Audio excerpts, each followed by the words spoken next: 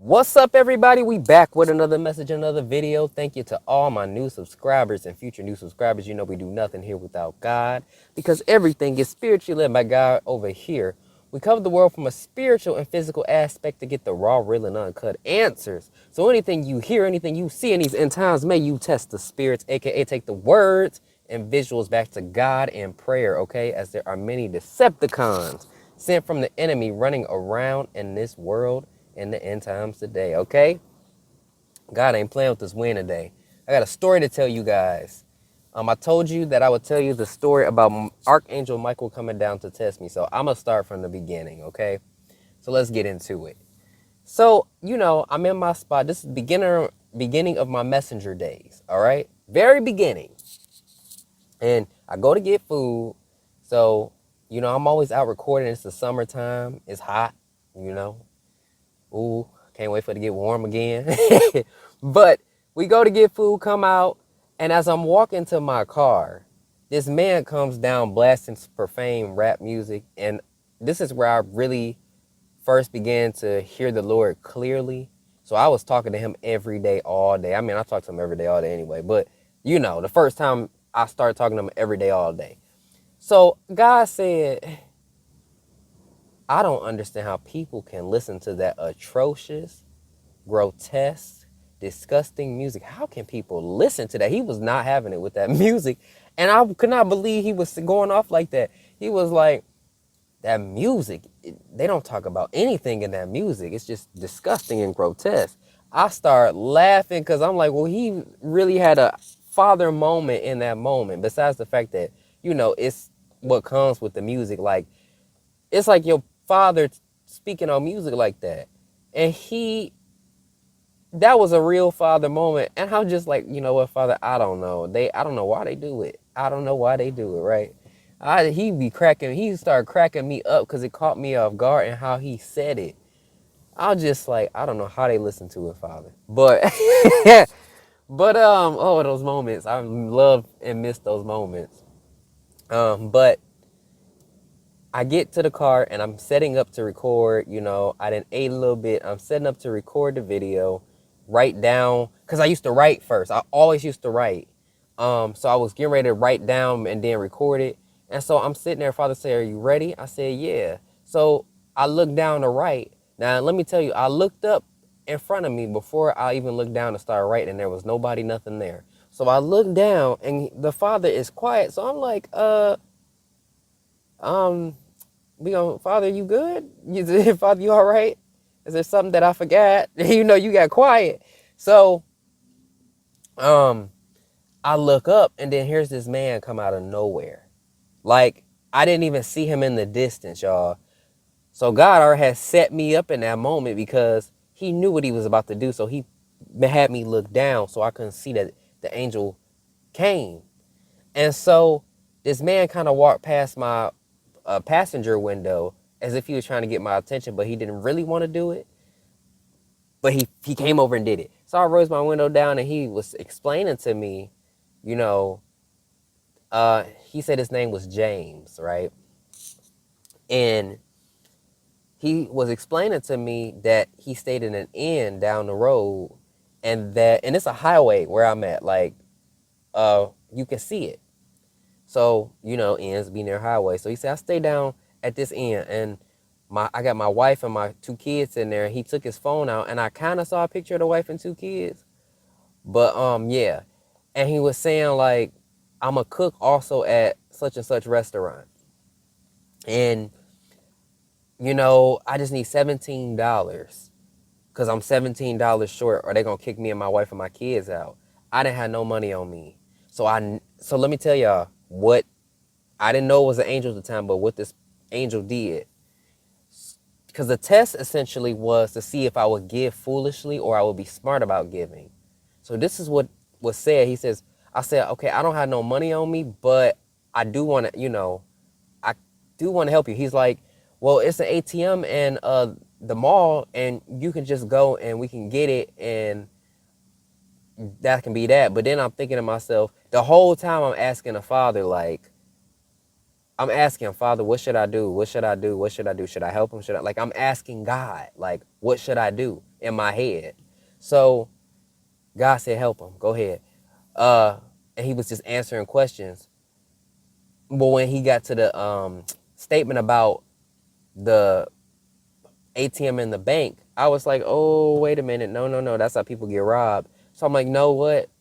Check it out. How long are you going to be here for? He says, I got 10 minutes before I got to go back. So I said, okay, I'm going to go grab money for you and bring it back for you. And he says, he looks at me, he says, really? You really? And it's like, you know how in the Bible, like, when you think of biblical times and stuff like that, how they weep, like, they don't just be like crying, they be like weeping. Like, that's how he was. He was weeping. Like, you know, Jesus helped somebody. That's how he was. Like, he was weeping. Like, and he looked like he was really like about to cry, but like he was weeping. Like, oh, thank you so much. Thank you so much. And then, so I said, I'll be right back. And he said, all right, well, meet me at this Panera. So I go, because the ATM is like right across the street. So I just go. It ain't gonna take me but 3 minutes. And he gives me like a thumbs up. And, you know, like, oh, and before I pull off, he goes to shake my hand. He says, thank you, my name's James. And when I shook his hand, I felt this instant burst of positive energy. I ain't never felt that before shaking a person's hand. I don't touch a lot of people. You know what I'm saying? I don't know who the person is until I really know who you are. He reached out to shake my hand, and I shook his hand, and I felt this big burst of energy. And then that's when I kind of was like, all right, check it out. This is what we're going to do. Okay, I'm going to go get this money and bring it back. So anyway, moving forward, I go get it. He wanted 17. I was going to get him 100. So I come back, go to this Panera, and he gone. So I get out. I'm looking for this man. I'm looking in Panera. Like, I'm looking for him. And I don't see him. I said, dude, I was about to help him. People don't just disappear. So when I go back to my car, God says, you passed. And I said, excuse me. I said, excuse me. He says, you passed. You passed the test. And he was explaining to me that it was an angel. Just disappeared out of nowhere.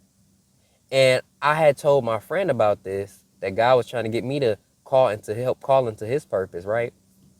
And he told me the same thing. This man named James appeared to him, pulled up to him, told him he needed help. He went to go help him, disappeared. I'm just like, what? So that was even more confirmation. What God was doing with this test was he was wanting me to help, but he didn't want me to foolishly help, because that was one of the tests that described or had to do with telling who's from God and who is not, who has genuine intentions and who doesn't. So by me asking God in my head the whole time, that was me doing nothing without God the whole time, and God guiding me to make sure I didn't get ripped off, scammed, and hurt, robbed. And he was giving me permission to help the person. But little did I know, it was Michael. Let me tell you this part.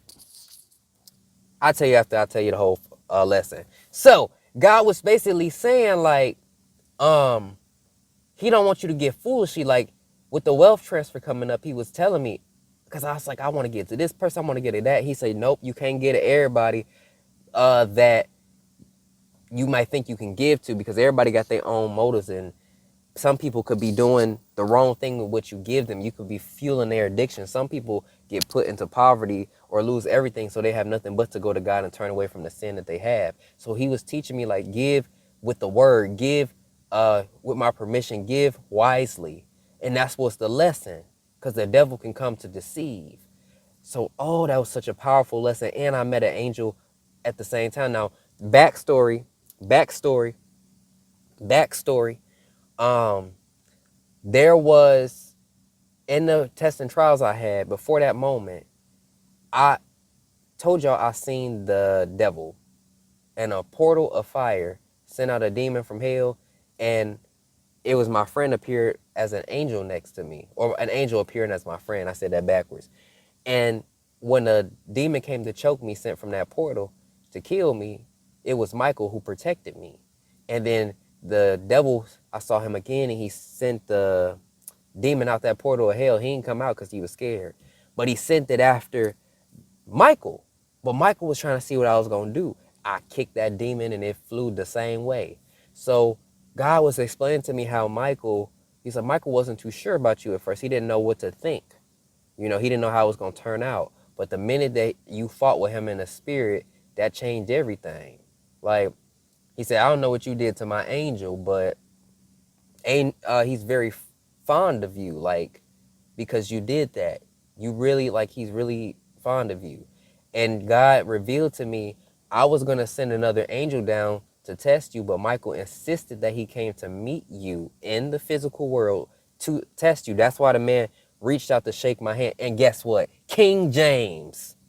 His name was James. I should know. King James. King James. And he said his name was James. I'm like, oh, I should have known. But see, that's the day that I officially met Archangel Michael in the physical world. I met him in spirit and I met him in the physical world, and he was disguised as humans. Because God says angels will disguise themselves as humans. You could be entertaining angels, you know, and they will appear as poor people a lot of times. The test to see what you're going to do. And based off how you act in that situation will determine some of the future for you. So I got tested that way. And it was just such a cool moment for me being tested by Michael. And when he shook my hand, like the fact that he wanted to come and meet me after that situation, ever since then, like, well, I'm not kidding when I tell y'all, like, I feel really connected in spirit to, first of all the heavenly family, from the angels, Jesus to God, right? But Michael, I just felt so closely connected, like he was helping guide me while protecting people. He was one of the angels helping guide me. And I know Gabriel was one too, because I heard God say Gabriel in the spirit.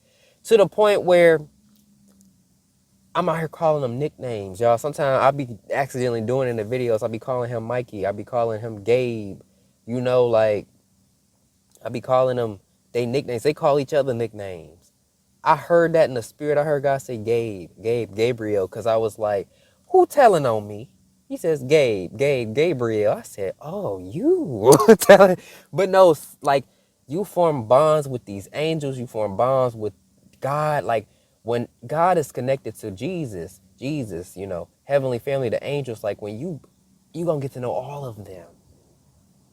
And that's why I call them, that's where I start calling them the heavenly family, y'all. Like, and Michael is something else, because he really has come through to protect me a lot. And I know that he be there at times because his presence is really powerful. But angels have beautiful presence, and there's been other angels spottings besides him. So, I get on here to tell y'all these type of situations because I want to show y'all what comes with walking with God. You don't just get to know God. Like, I be thanking the angels too. I really do love all of them. I love them all. That's like a family, the cousins that you just got to meet, but you've been alive for so long. You're like, man, I wish I would have met y'all a long time ago.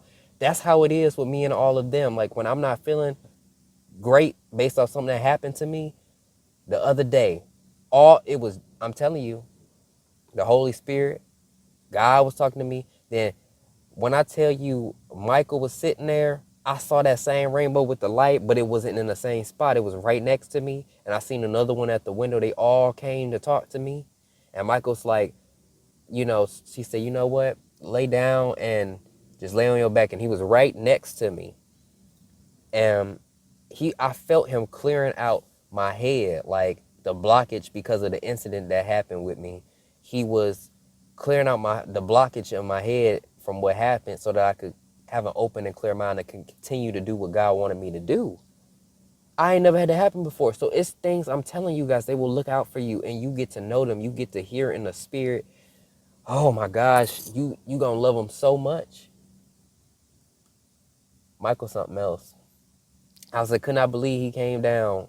He wasn't supposed to be the one to come down that moment to test me. But he's been a huge guide for me. So I just had to give y'all that story because, oh my goodness, like, the next story gonna be about how demonic influences will look at me certain way. Demonic influences, demonic whatever in people, how I had my first experiences with that when I was recording with God. Ooh, I can't wait to tell y'all that. Ooh, I can't. But I gave y'all this one. So peace and blessings, and I will catch y'all in the next one. Lucky me, lucky, lucky, lucky me. I won, got it done. Lucky, lucky, lucky me. Lucky, lucky, lucky. I won't let the door hit when I leave. I guess that I was born beneath a very lucky star. And in a week or two, I won't remember who you are. Man down, he ran out of luck, and now it's my time. Ain't no looking back, I'm on the right track.